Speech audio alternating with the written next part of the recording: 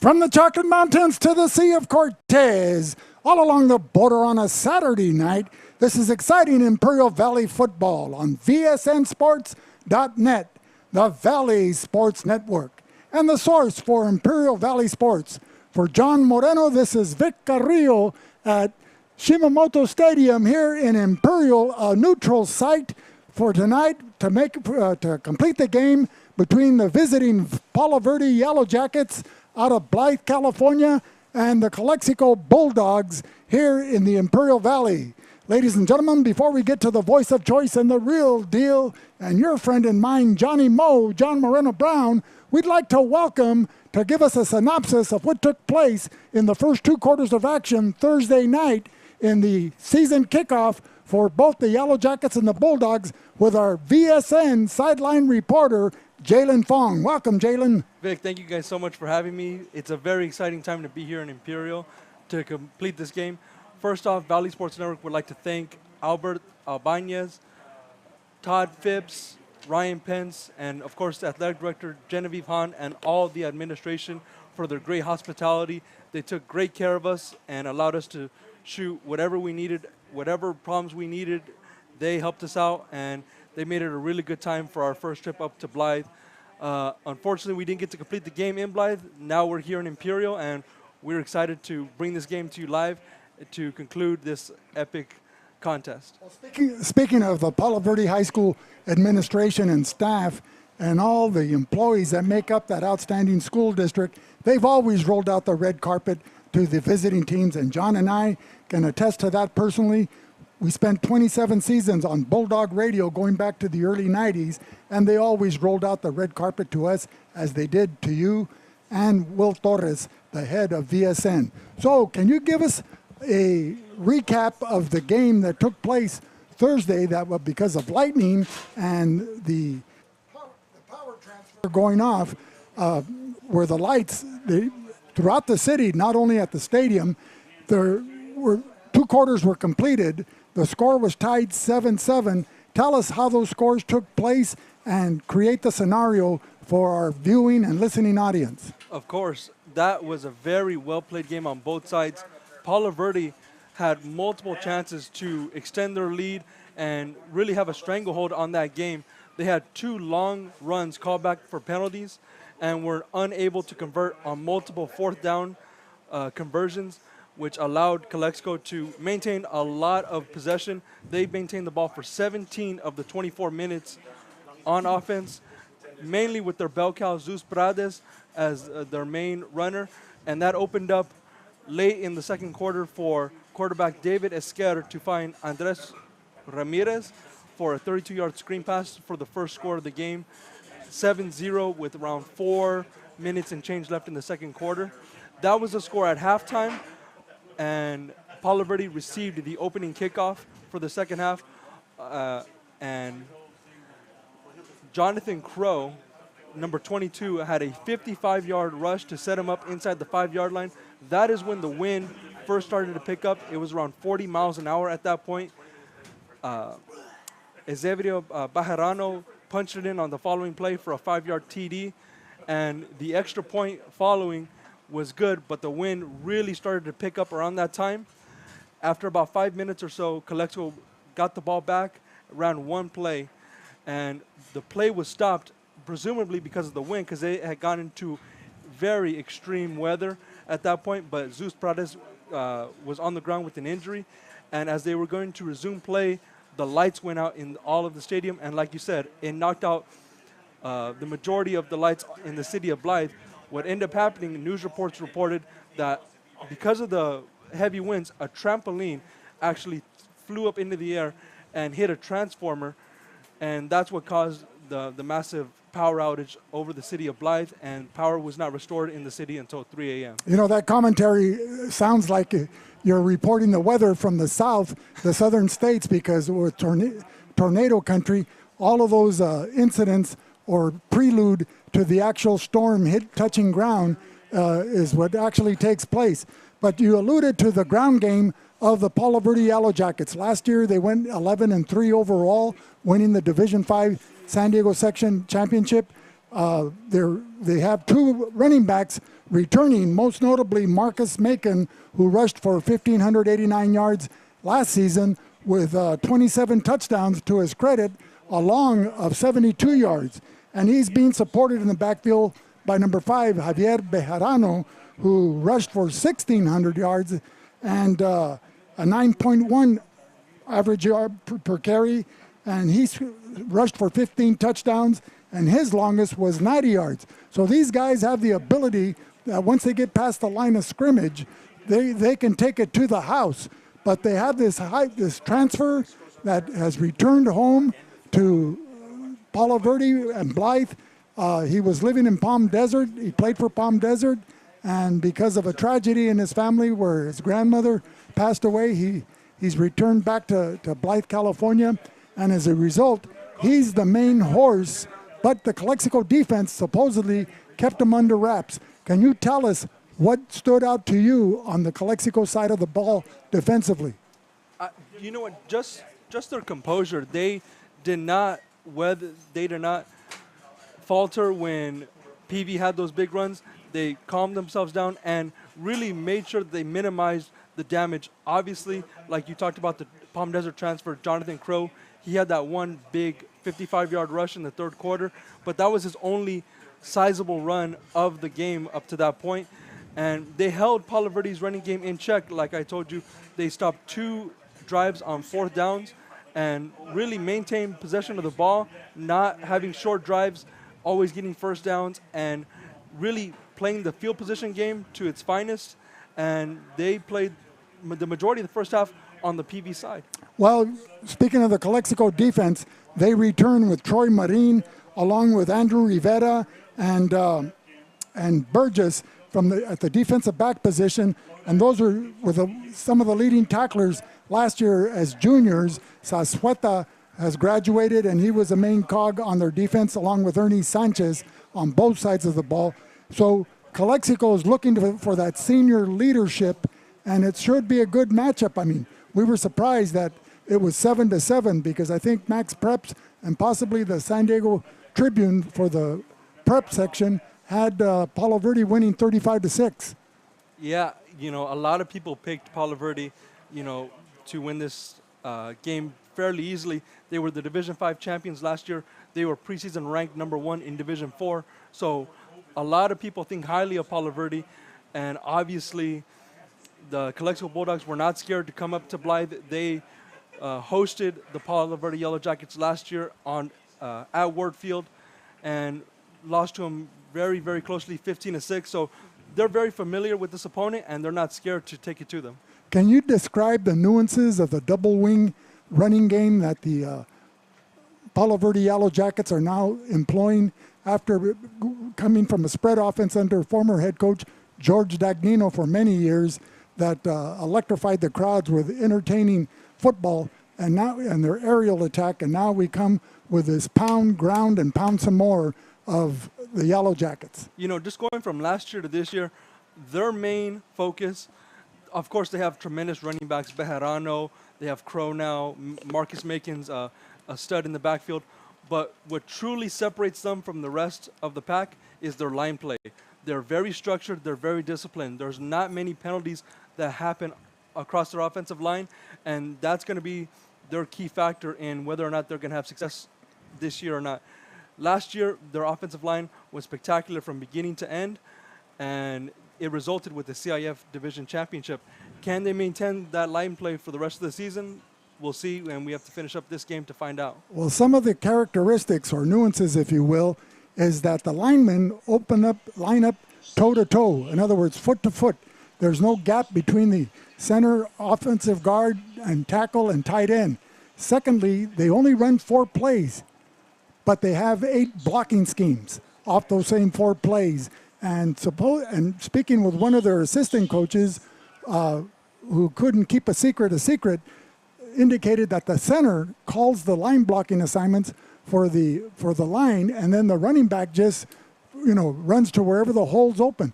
And typically in the past, like Orange Glen High School, Beaumont High School ran it before them, defenses weren't aware of who had the ball until the running back was 5 to 7 yards downfield. And you know, two plays, they had a first down, and sometimes they were able to break a long run and catch the defense by surprise, particularly if that skill set with that running back included running speed. You're right, and it goes to just how disciplined that team is. They know who they are. They know what their philosophy is, what their bread and butter is, and they don't want to go for the long, kill shot every time. They know to bleed their opposition little by little by little, and eventually those holes will end up coming up for them. Well, Jalen, we thank you for your insight and your coverage on Thursday night. It's always a pleasure to have you here live with us so that the Valley viewing audience has that opportunity to hear your keen insight. Ladies and gentlemen, we're getting ready to go underway, and we welcome back the voice of choice, Johnny Moe, John Moreno Brown. So we got a second and 6 from the 44, a handoff to number 10 for the Bulldogs. That Troy Marin will pick up 6 yards. Offensively for Calexico, they go with number 1, David Esquer at quarterback. Ramirez and Pradis are the running backs, along with Troy Marin, who just carried the ball in that play. The wideouts are Marco Esquer and J.J. Patiño, along with the tight end, Javier Hernandez. The offensive line, left to right, goes with Monzon, Leon. The center is Arredondo. The right side is Ramos and Jesse Alvarado. 3rd and 4. Ball at the 44-yard line. David Esquer out of the shotgun. Handed off to Pradis. Pradis pushes his way through, crossing midfield, and into the 48, 49-yard line of Palo Verde. Brought down by number 12, Gabriel Dagnino, 6 foot, 150-pound senior. And yes, ladies and gentlemen, the son of George Dagnino and related to the Galin family in Calexico.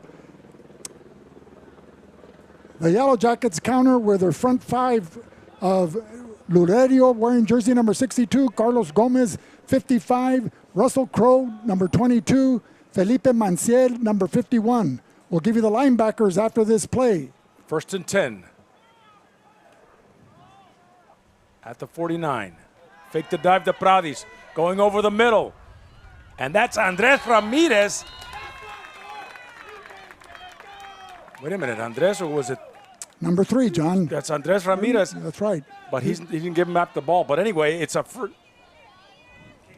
did they get him a 1st and 10? No, they didn't. It looks like it was incomplete.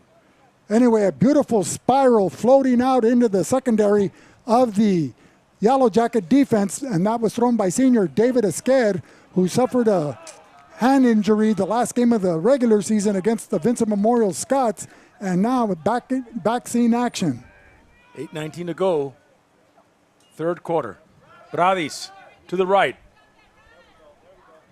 And pushed back. But the forward progress is still in Palo Verde territory. Now, John, did the refs have a tendency to swallow their whistles there in that play and let it play out? Once the forward progress is reached, that's when they blow the whistle immediately, right? Right, and we want to remind our fans that the green lines don't denote the yard lines. I was told by their athletic director here at Imperial, Victor Cruz, that those are for the sprinklers. Imperial doesn't have a game till next week, so the field is still yet to be prepared. The grass is lush, but the lines are, we have to make do with what we got. And that means using your creative imagination, John. I got to just see the down markers here on the sideline. So a 3rd and 7 for Calexico. It's at midfield, John. Rolling out. A pass to Marco Esquer is caught and brought down near the Palo Verde sideline. Marco Esquer, the younger cousin of David Esquer, the quarterback, the son of the Mark of Excellence, Mark Realty. So Calexico balancing their attack with a run and the pass here in the early going of the 3rd quarter. We're tied at 7. We'd like to remind everybody that this is resuming the game that was played on Thursday that was called a minute or two into the 3rd quarter. An empty backfield on a 4th and 5. A quick snap to Esquer, and he's short about a yard. running behind the blocking of Leon and Arredondo up the heart of the Bulldog offense. And Bulldogs not able to convert on that fourth down play. And as a result, the Yellow Jackets and their vaunted running game will be taking over with excellent field position at the Yellow Jacket 43-yard line.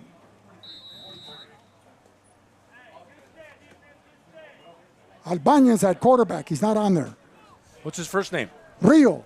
Rio? Like River Albañez. Everybody's in tight.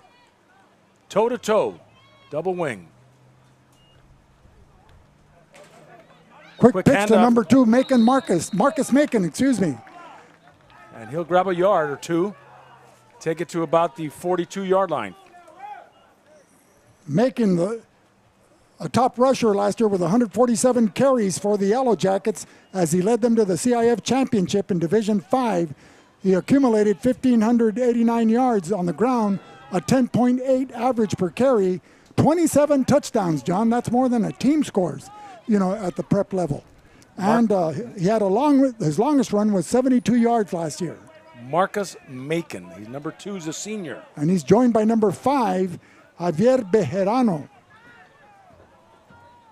Albañez under center. Again to Marcus Macon. And stopped there. First by number 8 for the Bulldogs. That is Ishmael Burgess. Ishmael Burgess, number 8, making the hit. Looks like a loss. Andrew Rivera picking up the carom, but the whistle had blown the play dead.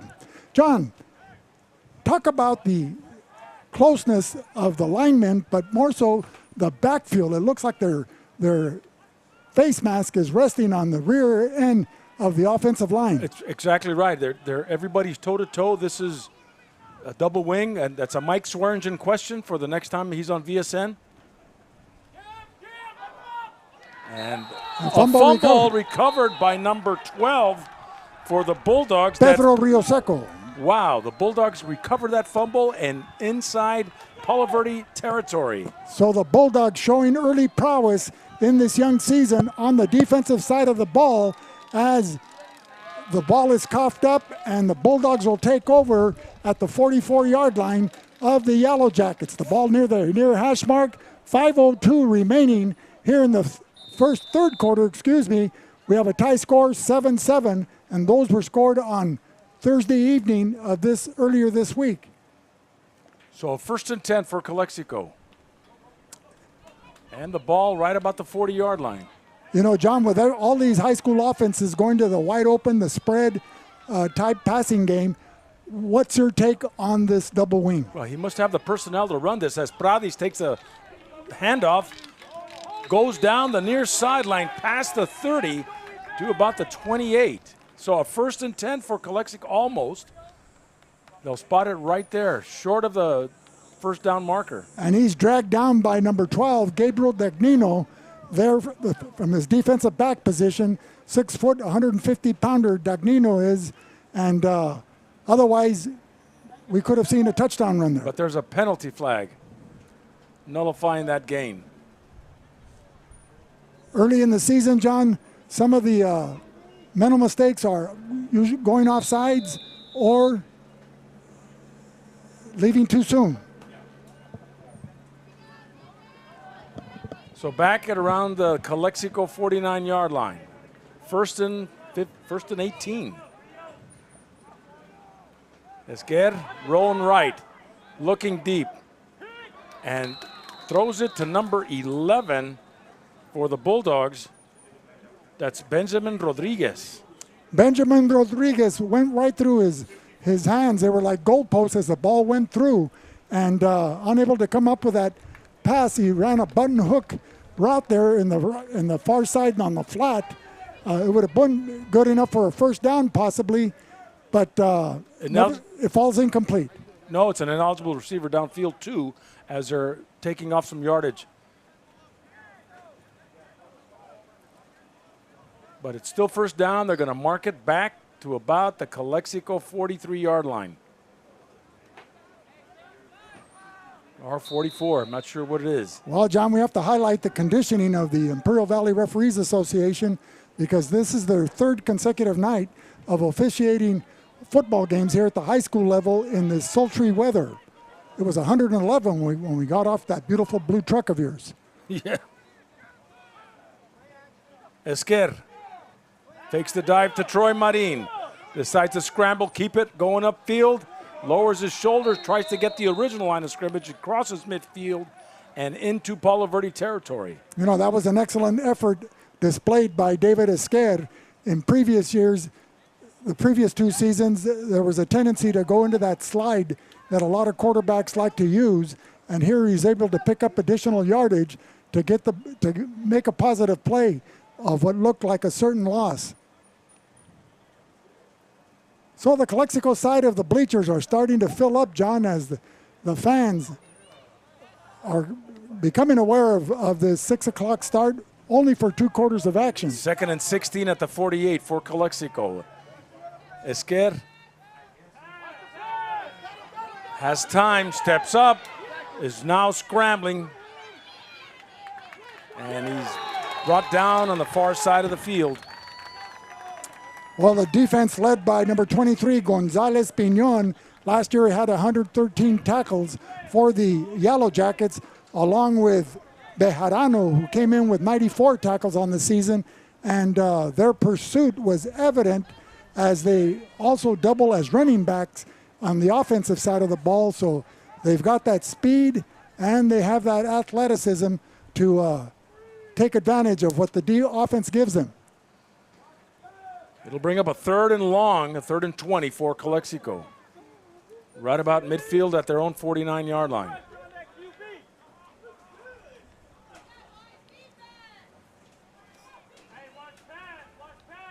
Hey, Kerry, how you doing?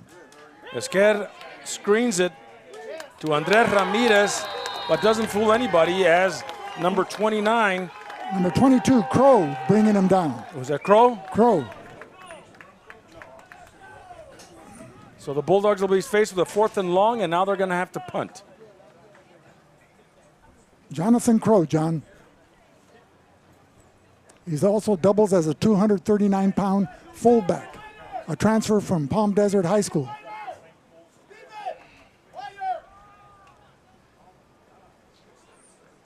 And punting the football for Calexico. Luis Martinez. And back to receive is number 5 for the Yellowjackets, Javier Bejarano. Had 15 touchdowns to his credit last year. Short punt, it'll go out of bounds right around the 45-yard line. So not very good field position, well, not very good punt for Calexico. John, I have to apologize to our viewing and listening audience. We're staring from this east side press box directly into the sun out on the field, and it's hard to pick up the numbers, the glare off the helmets of the players. And so, ladies and gentlemen, we're trying to do our best. Please have patience with our, not technical difficulty, but just in trying to give credit where credit's due. No excuses, Vic. We've got to make it happen. Here it is. 1st and 10 for the Palo Verde Yellowjackets. That's right, John. What did you tell me last night? The wolf doesn't care what the sheep think? And everybody's in tight. Albanez, Rio, looking over the middle. Man is open. Number 21, that's Jesus Flores. Jesse Flores to his buddies, John. And the pass was there. He just couldn't make the connection, but they probably average about 3 passes per game, and that's saying a lot. Where in the past, they would average 25 to 30 passes. And that was being modest. Right. You know, that was just in the first half. Because that's all they did was pass. Under George Dagnino, their great coach back in the 90s and early 2000s, the Yellowjackets would throw some more. They were passing from the parking lot. There you go. So a 2nd and 10 at the 45 of Palo Verde. Rio Albanez under center. Everybody's in tight. Gives it to the motion man, number 5. That's Bejarano. And Bejarano in on the stop there after a couple of yards. So offensively, they go with Albanez at quarterback. Macon and Bejarano are the running backs. The fullback, number 22, Russell Crowe, 6'1", 239 pounds, who's now going back into the ball game. The receivers are Jesse Flores and Ian Phipps. The Left to right, they go with Cross at left tackle, 6 foot 270. Jaden Castillo, 5'10", 185-pound guard. The center is Carlos Gomez. Felipe Maciel, the brother of Phil Maciel, or Ian Maciel, is the right guard, and Laredo is the tackle. 3rd and 6 from the 48. Under a minute to go in the third quarter. Hand off to Counter. number 5. To number 5, Bejarano. He may get that first down, as he looks like he got enough yardage to get it.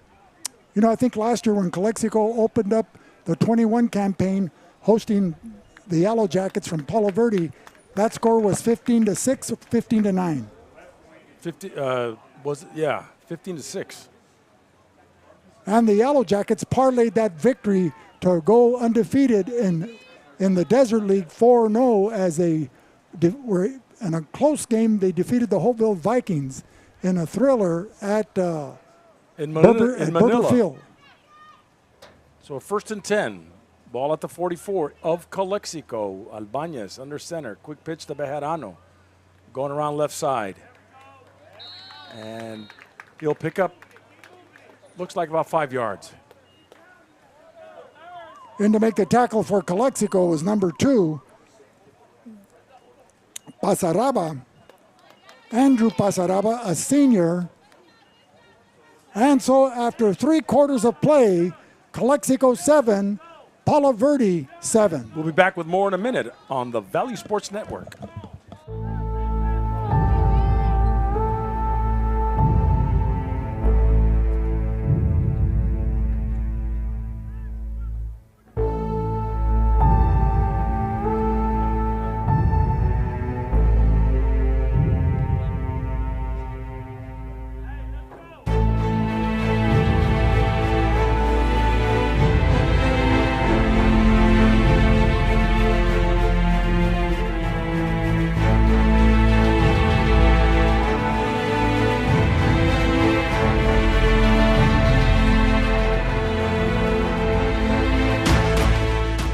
Dippy Duck wants to remind everyone to stay active, play safe, and be cool this summer. Even if you don't have access to a swimming pool, there are plenty of other ways to cool off without going near canals. To play it safe, please remember Dippy Duck's rules.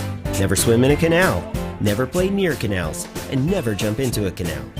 If you see someone fall in, get help or call 911. If something drops in accidentally, let it go. Things can always be replaced, but your life can't. Just stay away, and you'll stay alive. Welcome back, ladies and gentlemen, to Valley Sports Network, the source for Imperial Valley Sports, and Johnny Moe, John Moreno Brown with the play-by-play. The Yellowjackets on the run. They didn't get that first down. They switched sides, but did they make it this time? So the Yellowjackets are going north to south. Bulldogs defending the southern goal here at Imperial High School's football stadium. So a 3rd and about 4. 3rd and 3.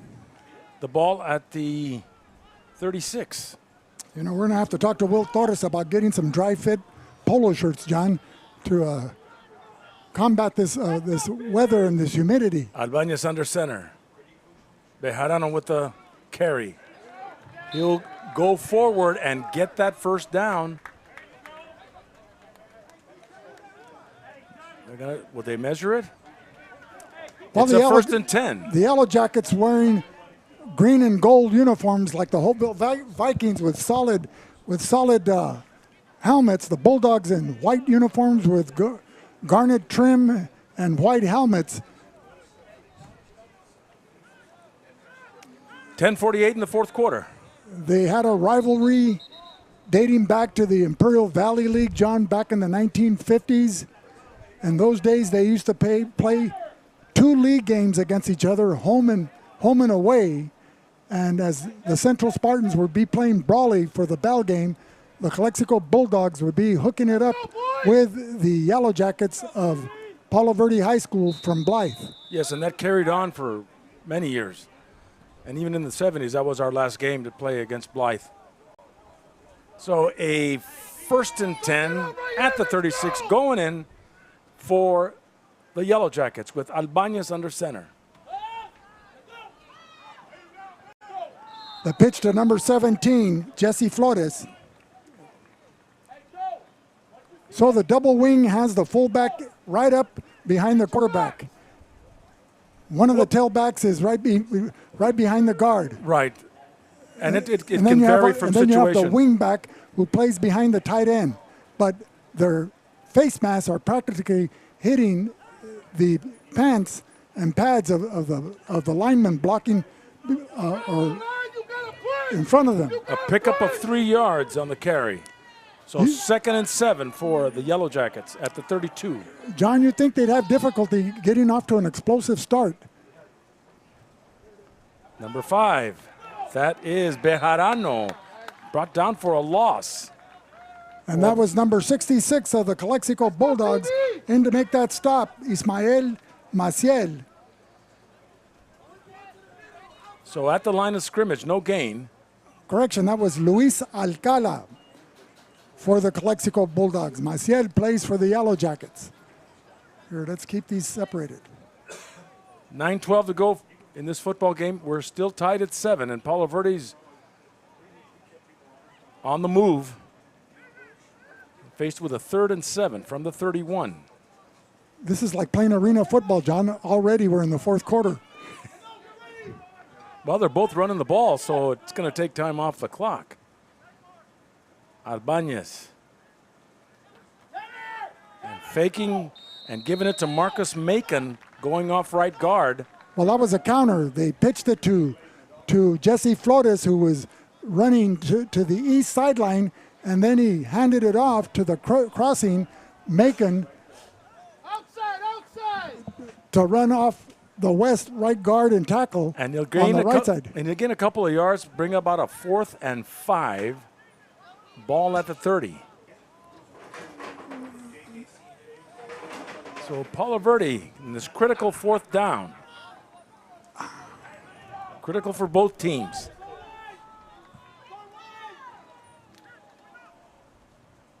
They're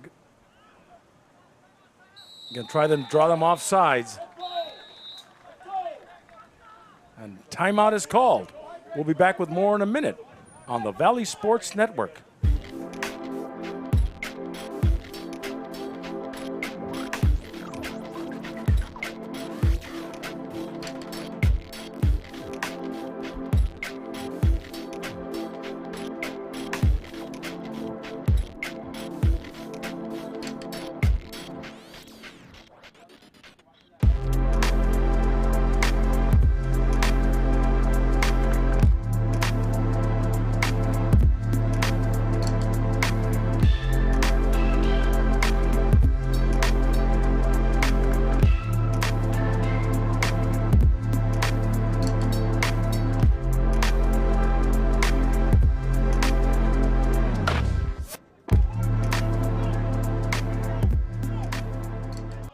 So welcome back, ladies and gentlemen, with 7:59 remaining here in the 4th quarter. Calexico 7, Palo Verde 7, as we welcome back the voice of choice, Johnny Moe, John Moreno Brown. Albanez on a 4th and long.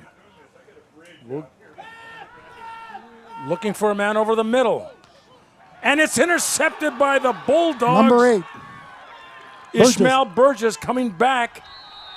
Calexico gets the ball. They would have gotten it anyway. And so they're fired up. Well, John, you want to take advantage of those plays that can change the momentum here in the ball game as we get to the 7:47 mark, as Rio Albanez's pass over the middle, intended for number 11 Phipps, falls into the hands of Ishmael Burgess, and the defensive back, a returning veteran for the Calexico Bulldogs, has started in the defensive backfield since his sophomore season. And now the Calexico Bulldogs will take over at their own 25 as they're heading northbound here against the Yellow Jacket defense. Esquer handing off to Pradis. I believe Pradis was the individual that was hurt on that play that right before the lightning struck on Thursday. Well, the tackle made by Bejarano, number 5. Bejarano, one of the leading tacklers on the Yellow Jacket defense last year on their 11-win, 3-loss season that culminated with a San Diego CIF championship in Division 5. He finished the season with 93 total tackles. His running mate, Javier Gonzalez, finished up with 113 tackles. On a 2nd and 8, a handoff to number 5 for Calexico. And right on cue, number 5, Javier Bejarano, makes that stop. So the Calexico Bulldogs are now faced with a 3rd and 5. The ball at the Calexico 37-yard line. The clock ticking, 6:45, 6:44 on a sultry night here in Imperial, California, a neutral site selected by both high schools to 3rd and 5 from the 37 for to finish Calexico. off the game that was initially postponed after lightning on Thursday evening.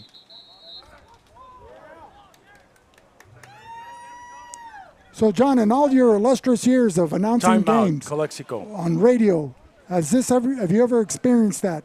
No, Due to inclement weather. No, we haven't. I recall a lower level game being stopped because of lightning, but not a varsity game. And because it was a varsity game, is that why they resumed Yes. for tonight? Yes.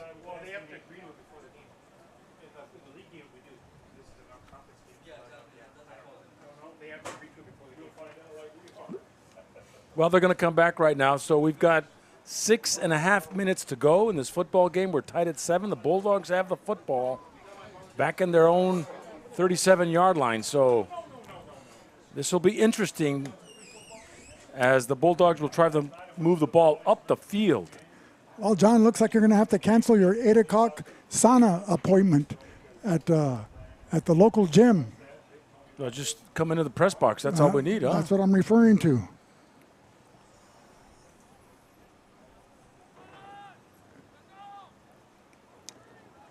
So the Calexico Bulldogs come out offensively. They're led by center Arredondo. The guards are Ramos and Leon. The tackles Alvarado and Monzon. At quarterback, David Esquer, the senior signal caller. Oh, movement on the line. Looks like there was a pulling guard. That was number 54, Leon, who was trying to get a move at 1 count too soon. As a result, the Bulldogs will be assessed a 5-yard penalty by the white hat, John Seaman. It's hot. They're not thinking straight. It's pressure time, and they're anxious. Well, John, these guys are all 15, 16, 17 years of age, maybe an 18-year-old sprinkled in there. They played a tough game Thursday night, even though it was only 2 quarters. How quickly can they physically rebound to play 2 days later? Esquer looking over the middle. A man is open. Number 27 for the Bulldogs. That's Jesse Hernandez. And he was tripped up there, it seemed like, by Marcus Macon, or Bejarano, excuse me, number 5, but no flags thrown on that play, so it falls as an incomplete pass. It'll bring up a 4th and long for Calexico. Well, you have to be impressed with the arm strength of David Esquer. What a year of weightlifting, John, and getting into condition and strengthening that broken right hand that he suffered against the Vincent Memorial Scots in the first half in early November of last year. He put that ball right on the numbers. Luis Martinez standing 10 yards back. And Javier Bejarano right about the 40-yard line.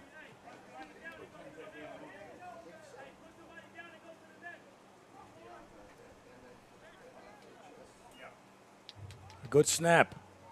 This time it travels. Bejarano will pick it up. He falls on it, drops it, and then falls right back. So there about the 33-yard line, a lucky break for the Yellowjackets as 2 players from the Calexico Bulldogs, number 12, Pedro Rioseco, along with Andre Rivera, were there to cover on the ball, but a timely pickup by Bejarano. So with 6:11 remaining here in the 4th quarter, in a tie ball game, 7-7, the Yellowjackets will take over at their own 33-yard line.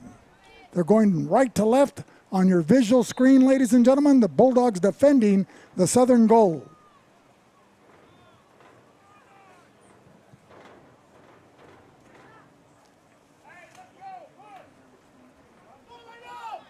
So Rio Albañez. River Albañez. Under center on a 1st and 10. Again, they get to the big man. Crow, 239 pounds, 6'2". And pounds his way up about 5 yards. Now the Bulldog defense has been keen on the fullback, and they respond accordingly. He's usually the first man that they fake the ball to or give to on a straight dive between the center and the guard, and then you have the second back slanting between the guard and the tackle.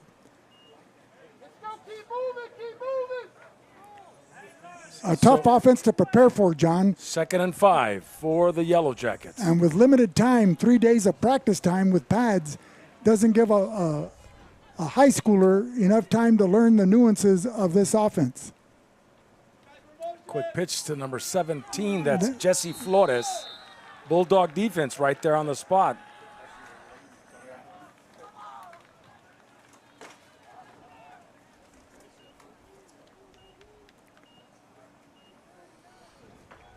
So 3rd and 4 coming up. Defensively, the Bulldogs go with Marin, Rio Seco, Carlos Hernandez, Diego Rivera, Diego Gurola, and Nisael Gastelum.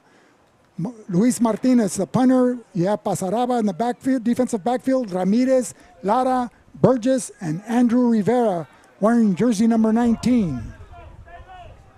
The strong safety. 3rd and 4, and everybody's in tight with the big man in the backfield, Marcus Makem. But they give it to Bejarano this time. Gets a 1st down and more as he crosses the 45 into the 47-yard line. Tackle made by number 19, Rivera. And that was one of the keys to this offense, John, is that the defense has to wait about 5 yards into their secondary before they realize who has the football. And it's 1st and 10 for Palo Verde. You know, Woody Hayes, the former coaching grade of the Ohio State Buckeyes, his mantra was 3 yards in a cloud of dust. But here under Wally Grant, it's 5 yards and see if you can break it free. 1st and 10, Albañez and the Yellow Jackets. They give it to the man in motion. Bejarano finds some room and brought down by Calexico's number 3, Andres Ramirez, but picks up a good amount of yardage and takes it into about the 42. Ramirez making the initial contact, followed up by an assisting Andrew Rivera. So, John, this is the type of football you like, good old smash mouth football. This is it. I like the passing too. Toe-to-toe, mano-a-mano. But it's won in the trenches in this contest here today. Right now, both offense and defensive lines seem evenly matched thus far. 2nd and short. Bulldogs are going to show blitz. Number 2, Macon. Penalty flag. Reverses his field. Macon with a speed. All the way He's down. breaking it down. The 10, the 5, touchdown. Palo Verde. But there's a flag on the play.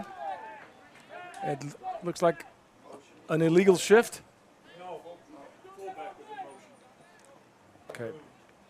The fullback was in motion, according to our guru in the sky, Mike Swearingen. And as a result, they'll call back that outstanding run of Marcus Macon, who reversed his field going off the right side of the line of scrimmage and cut back across the middle against the grain, and then utilizing his track-like speed to outrun the Bulldogs secondary down the sideline. So a 5-yard penalty. All for naught, John. And Marcus Macon, last year with 147 carries in 14 games, with 1,589 total yards, a 10.8 average, with 27 touchdowns. Timeout, Calexico. We'll be back with more in a minute on the Valley Sports Network. Reducing energy use during the summer is more important than ever. This summer, IID encourages you to do your part by setting your thermostat to 78 degrees or higher, avoiding the use of large appliances between 4 and 9 p.m., and turning off all unnecessary lighting. But there's more. IID provides a number of summer energy-saving opportunities to help you make the most of your energy savings efforts. Check out our tips and energy saving guides at IID.com. Let's work together to stay cool and save energy this summer.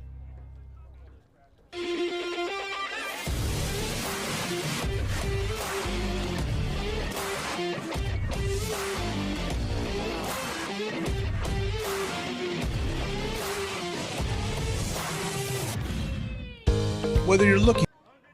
So welcome back, ladies and gentlemen, and what is the final 3 minutes of this intersectional game between the Palo Verde Yellowjackets and the Calexico Bulldogs, played on a neutral site at Imperial High School. The score tied at 7-7, 2:46 remaining here in the fourth quarter. These teams are kind of mirror images of themselves as they're both employing the ground game relentlessly, with a double wing the highlight of the Palo Verde Yellowjacket offense under the tutelage of Wally Grant. 2nd and 7 for Albañez and the Yellowjackets. Quick pitch, number 5. That's Bejarano. And he'll get that first down as he takes it inside the 40. Brought down by number 66 of the Calexico Bulldogs, that being Luis Alcala. But not until the Yellowjackets were able to pick up a much-needed first down. Alcala or Alcala? Either way, it's pronounced depending on what side of the street you're walking on. Okay. Mission San Diego, Alcala, but then I've heard Alcala. Alcalas in Calexico pronounce their last name Alcala. 1st and 10 for the Yellowjackets. Looks like Bejarano one time. Gets a couple, takes it to about the 38.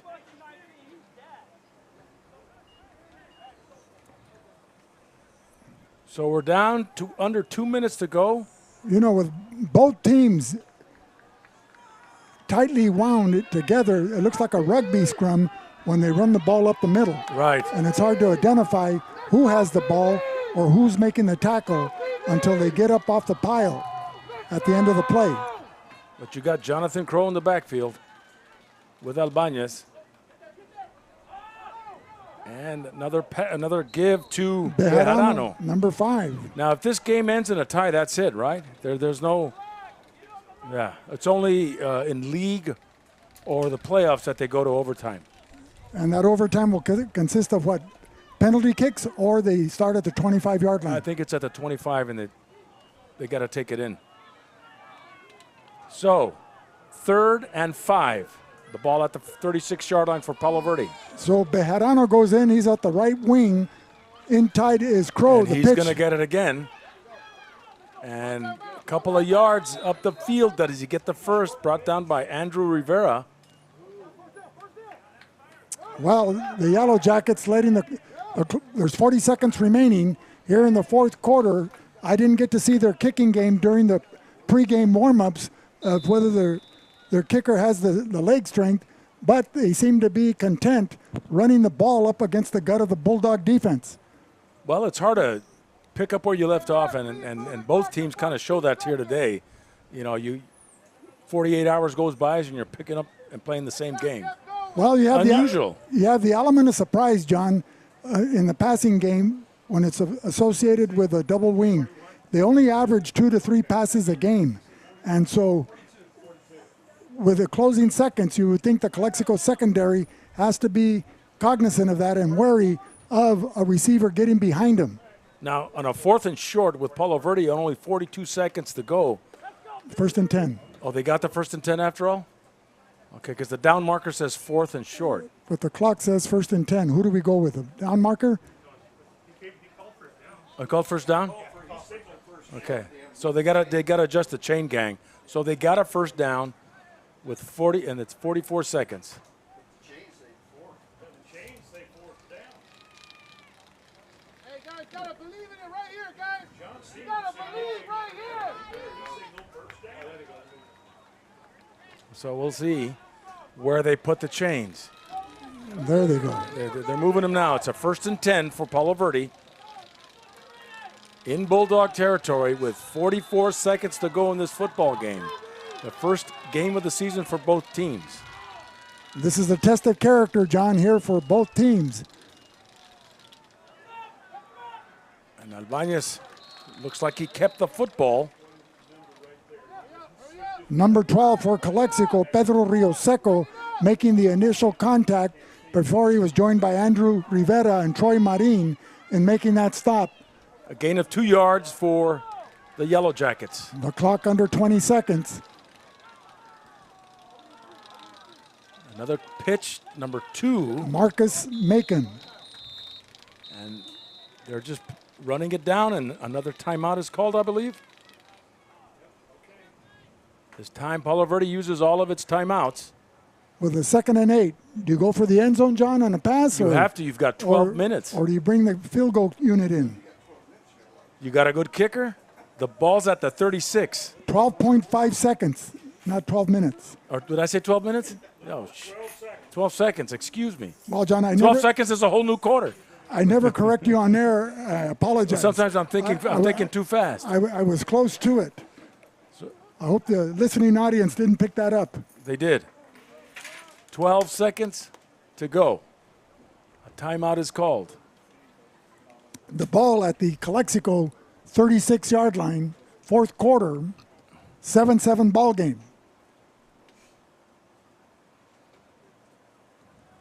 So just want to remind our listening audience, next week, Valley Sports Network will be in Brawley to call the Valley Center game and the Brawley Wildcats.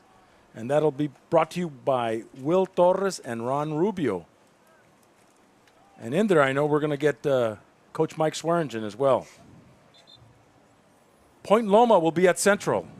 Valley Sports Network will be covering that game too. And what about Thursday night, John? Do we have an early game that week? We have Vincent Memorial at Southwest. Valley Sports Network will be covering that game too. So 3 games next week. And they're going for the field goal. Now, if it's at the 36, no, it's not. It's at the 26, isn't it? 26, 36, a 43-yarder. Number 14, Joshua Perez. The snap, the set, and Wide right. doesn't make it. It doesn't make it. Penalty flags, though. Did a Calexico player go off sides, or was there movement on the Palo Verde side?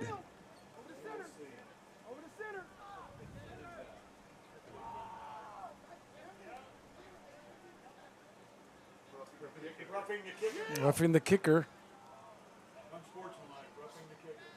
Personal foul. Calexico. So that'll give Palo Verde great field position now to try to kick that field goal again. And there's 6.3 seconds remaining in the 4th quarter. Oh, the penalty's offset. They're both on Calexico?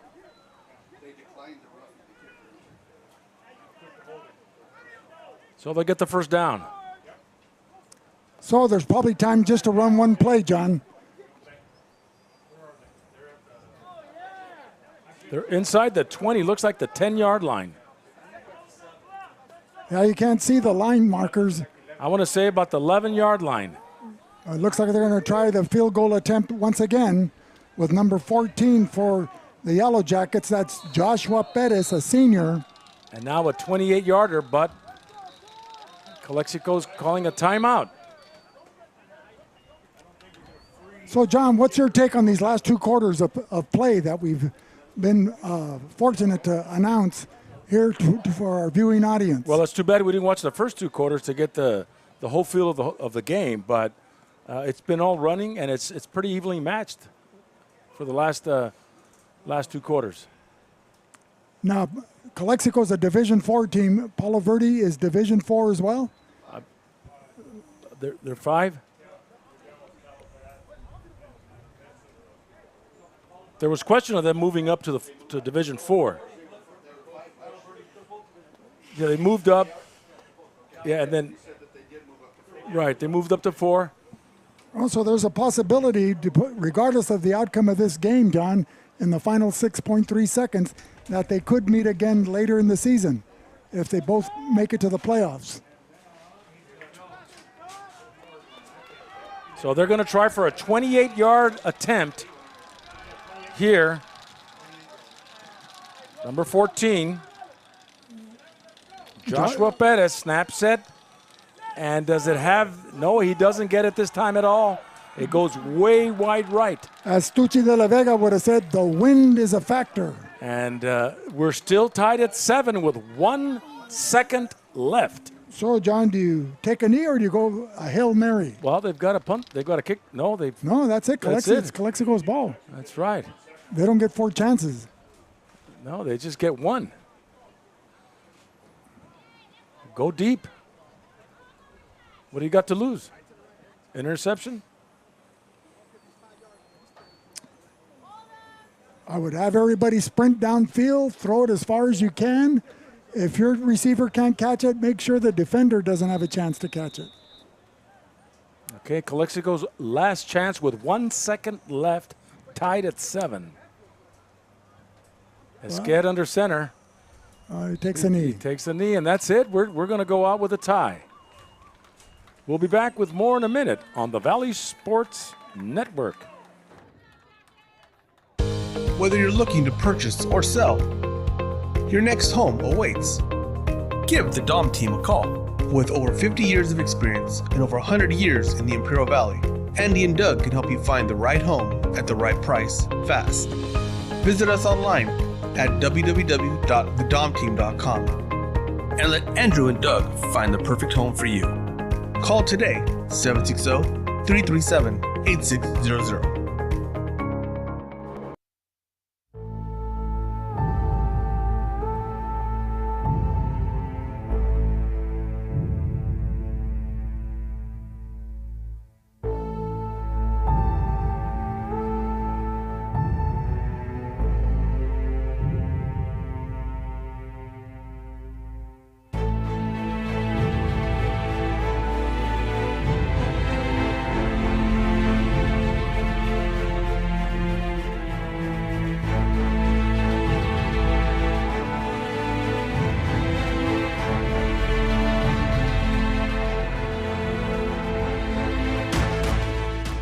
Hippie Duck wants to remind everyone to stay active, play safe, and be cool this summer. Even if you don't have access to a swimming pool, there are plenty of other ways to cool off without going near canals. To play it safe, please remember Hippie Duck's rules.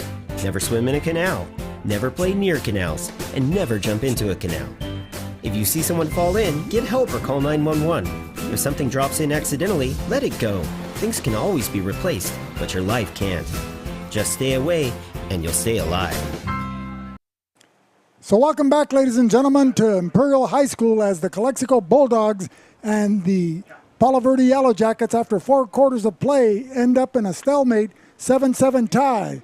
Apparently, they're discussing with the referees at midfield to decide whether they're going to have an overtime period of possibly 3 minutes, where they'll be starting off at the 25-yard line if it's an agreement, and we'll find out if this game can come out with a winner. But right now, both teams have a half a victory, John, as they walked off the field with the 7-7 tie. But now I see both teams lined up on the 50-yard line. I guess they're getting ready for the customary post-game handshake, or is it the captains that are going out there? Captains are going out there. And I guess it'll determine with a coin toss who will get the ball. So can you explain briefly what the overtime period will consist of? Well, in my experience, it's been the ball is spotted at the 25 of either end zone, and the team with it has to get a first down and then a touchdown or a field goal. And then if it's a field goal, then the other team gets a chance to do that. If they score a field goal, then they'll try it again. But if one team scores a touchdown, then it's over. Okay, so it's sudden death. The first team that starts off on offense, if they score a touchdown, that's it. It could be, but I could be wrong. It could have changed. The opposing team doesn't have a chance to respond. No, I think both teams get a chance to have the ball. Okay, so the opposing, the defensive team, when they get the ball, they have a chance to either tie or go ahead.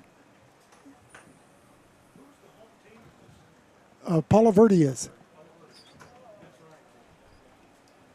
Palo Verde was the home team on Thursday evening, and the game was cut short because of lightning. Let's ask Will Torres how the overtime works in high school. So right now, what they're doing up there in the middle right now, they will flip a coin.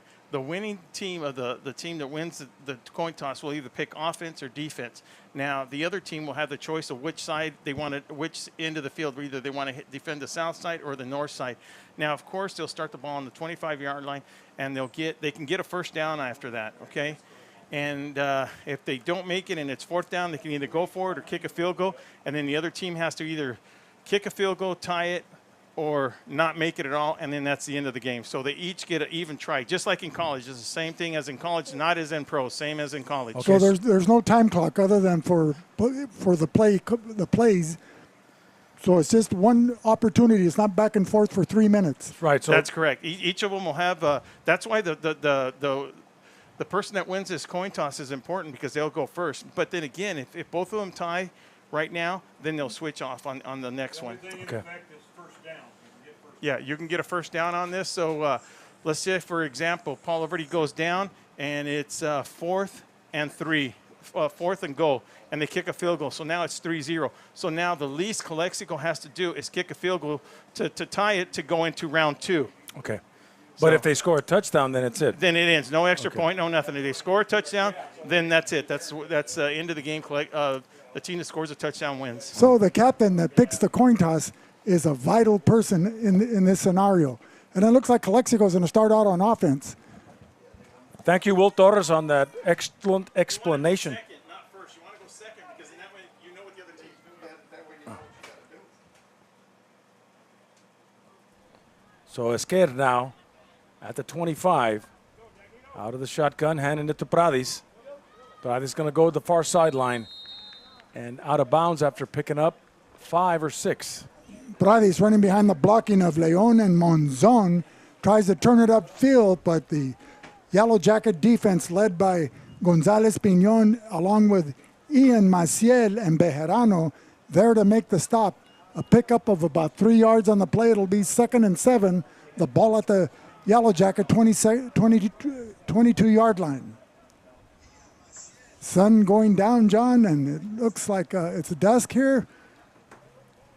Pradis again will take it right off tackle, right side. Running behind the blocking of center, Arredondo, and offensive guard on the right side, Ramos against the gut of the Yellow Jacket defense of Gomez and Crow, and a considerable gain of 4 yards, making it 3rd and short for the Calexico Bulldogs. The clock not running. 3rd and short at about the 18. Esquer, he'll keep it. Takes it up the middle, gets a 1st and 10, and inside the 15 at around the 14-yard line. So Calexico with a fresh set of downs. Here, the ball at the 18-yard line. They have 4 downs to hit pay dirt. Otherwise, they need 10 yards to get another first down and keep this drive going. So it's 1st and 10. Calexico in overtime. We're tied at 7. Esquer, Pradis, and having a tough time moving the ball up the field there. Met immediately by number 22, Crow, along with Gomez.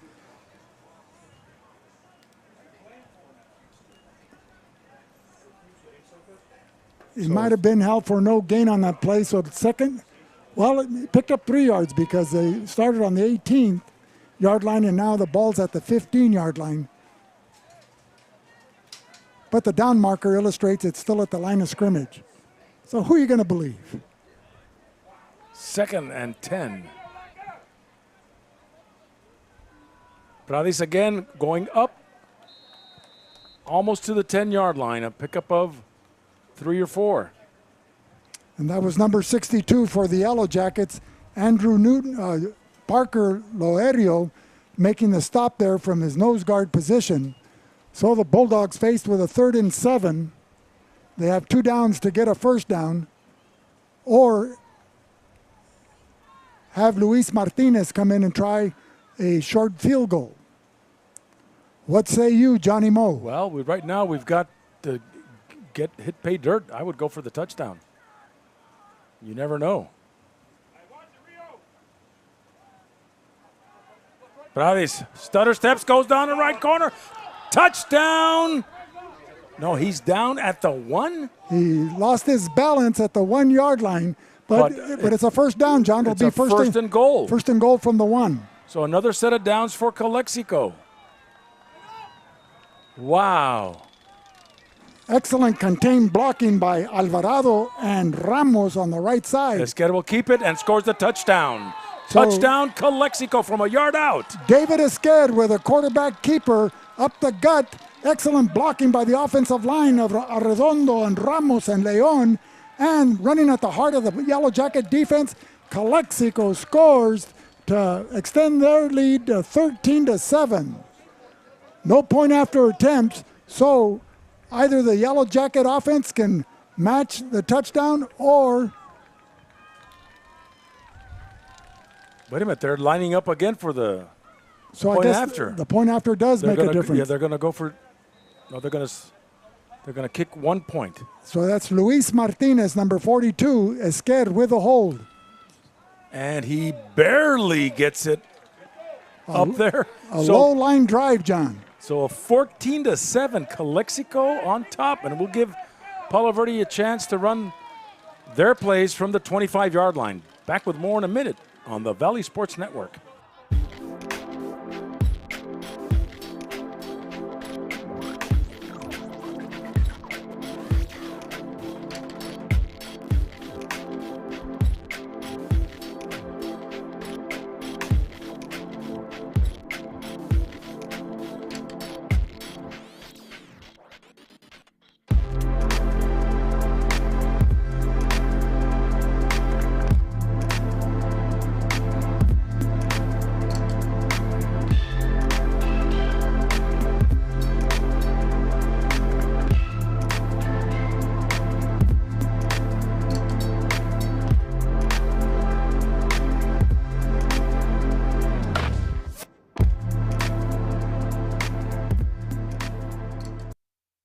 So welcome back, everybody, as the Calexico Bulldogs jump out to an early 14-7 lead here in overtime. And as Mike Swearingen used to say, you got to dance with who brung you. As the Yellow Jackets will keep the ball on the ground, running their double wing par excellence. And now we welcome back the voice of choice, your friend and mine, John Moreno Brown. You've got a yard pickup on that play, Vic, and the Bulldog defense is stifling this offense from Palo Verde. While the defense led by Marin, Rioseco, Hernandez, Rivera, Gurola, and Gastelum, and then Andrew Rivera along with Burgess in the defensive backfield, Lara, Ramirez, Pasaraba, all playing key roles here and stifling the vaunted running game of the Yellow Jackets. 2nd and 8 from the 23. That's Bejarano. Couple of yards moving up. So they'll take it to the 20. Running behind the blocking of Maciel and Dagnino.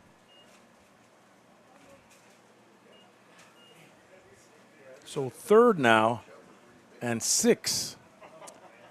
Jarek Zarate, 240-pounder, coming off, and he's replaced by number 21, Jonathan Crow. Jesus Flores. So these Yellow Jackets, John, have good size. I counted 18 players on their roster that weighed over 230, with one player tipping the scales at 300.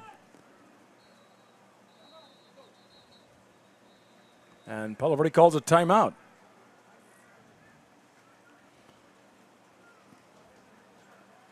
So the sun's starting to go down, John. It's starting to cool a little bit. Conditioning is a factor here in the sultry August evening on a Saturday night, the 20th of August.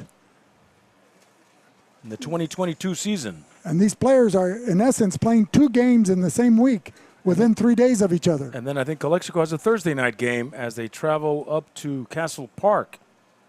So it's not much time to get prepared. And the reason that being, ladies and gentlemen, of why so many Thursday night games, which were traditionally junior varsity or freshman games, is that there's a shortage of referee officials at the high school ranks, and as a result, they're not able to maintain a 4-man or 5-man crew So if they're scheduled, for example, in the Imperial Valley, for 4 more home games involving the 7 high schools, they either have to ask one of the schools to voluntarily move to Thursday or move back to Saturday. A 3rd and 6 with number 2 now. Macon. Marcus Macon gets a yard, and it's bringing up a 4th and about 4. Number 66, Luis Alcala, making that tackle. So we'll see what the Yellow Jackets can do here under these adverse conditions. Coming in to reinforce the defensive front is number 75, Josmar Alvarado, 270-pound nose guard. And so this is a critical play for the Yellow Jackets. Alongside number 56 of the Bulldogs, Misael Gastelum, 240. Albañez and Crow. But they're going to give it to Bejarano. Bejarano, but he gets a first down into the 10-yard line. They had him in the backfield, but that arm tackle wasn't strong enough to bring him down. That being number 66, Alcala. And as a result, he's able to get away and get the necessary yardage for a first down. They move those chains. So a new set of downs for the Yellow Jackets. The ball at the 10-yard line of Calexico.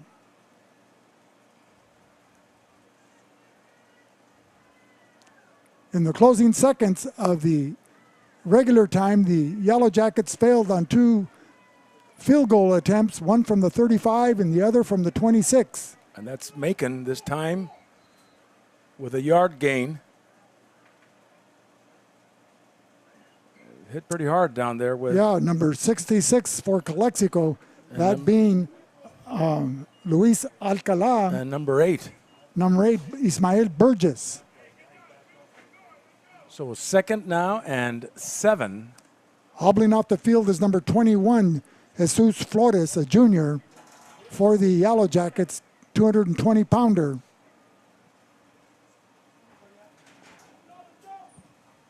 So the Yellow Jackets in tight, toe-to-toe on the offensive line. Lone back, Crow. Bejarano again.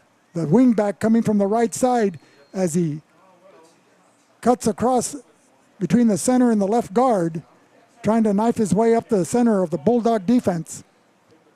And they're inside the 5 now. They're getting pretty close to that goal line. It'll be 3rd down.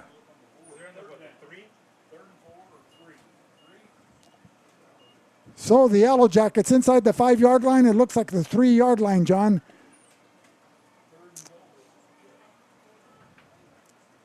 Bulldog defense needs to rise to the occasion here. Another test of character in the young season. With Albañez under center. Gives it to Marcus Macon. Gets the touchdown for Palo Verde. You know, and Marcus Macon is familiar with that end zone, John, as he scored 27 touchdowns on the ground last year for the Yellow Jackets, implementing this double wing offense that caught everybody by surprise. That led them to 11 victories, and that 11th victory was the CIF championship in San Diego. So down by 1 point, 14-13, the Yellow Jackets are going for a 2-point conversion. So Bulldogs didn't like what they saw. They're calling a timeout.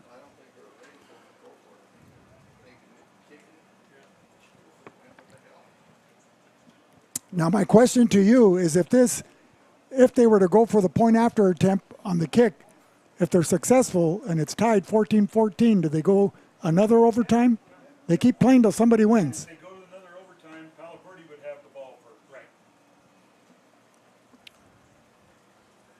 So this is another critical moment in this game where Calexico and Palo Verde are trying to break this tie. Ladies and gentlemen, we apologize for the spotty connection with our office in New York as Mike Swearingen, the head referee, providing that information here via satellite TV.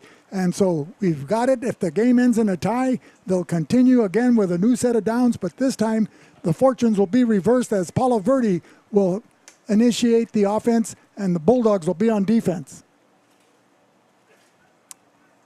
So we'd like to thank the articulation on that point of Mike Swearingen and his sidekick, Kerry Laguerra. Two great coaches in Imperial Valley football history at Brawley, Imperial, El Centro, Pop Warner ranks, you name it. And they were outstanding players in their own right in high school, playing for Brawley, Swearingen, and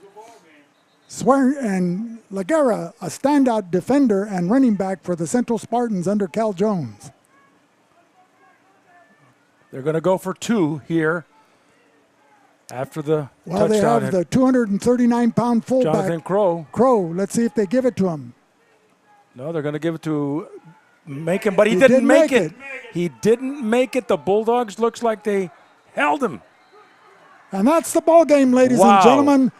In overtime, Amazing. the Calexico Bulldogs defensively hold up and they stop the vaunted Yellowjackets, last year's defending Division V CIF champions of San Diego. And the state runner-ups. And the state runner-ups, according to John Moreno here, Right. who still remembers that article, 14-13. So what say you, Johnny Moe? Well, I think this is a big win for Calexico, and they're excited. And all they got to do now is keep on looking to the next game, as Coach Solana would say. One game at a time. Next man up. Well, let's have some closing comments on this. What do you think, Vic? Well, John, a stellar defensive effort by the Calexico Bulldogs, because the Yellowjackets of Palo Verde, Blythe, California, came in with a vaunted running game. And I know I've used that cliche over and over, but that's the best way to describe it. They had 2 rushers with over 1,500 yards apiece returning, John, and they looked like they were going to run circles around the Calexico Bulldog defense, but the Bulldog defense led by Troy Moran, Ismael Burgess, and Andrew Rivera said, no, we're back. We're back, and we look forward to next week. Like I said, we're going to be doing 2 games next week. Valley Sports Network will be doing the Vincent and Southwest at Southwest. Then we'll be doing the Point Loma at Central, and then Will and Ronnie will be doing Valley Center at Brawley. So we thank you very much for tuning us in tonight, and thank you to Joaquin Matus, Will Torres, and all the crew at VSN, and of course Victor Cruz, the athletic director here at Imperial. Thank you for your gracious hospitality. From the Chocolate Mountains to the Sea of Cortez, all along the border on a Friday night, this is John Moreno and Vic Carrillo saying good night after a victory for the Bulldogs, 14-13, here in Imperial.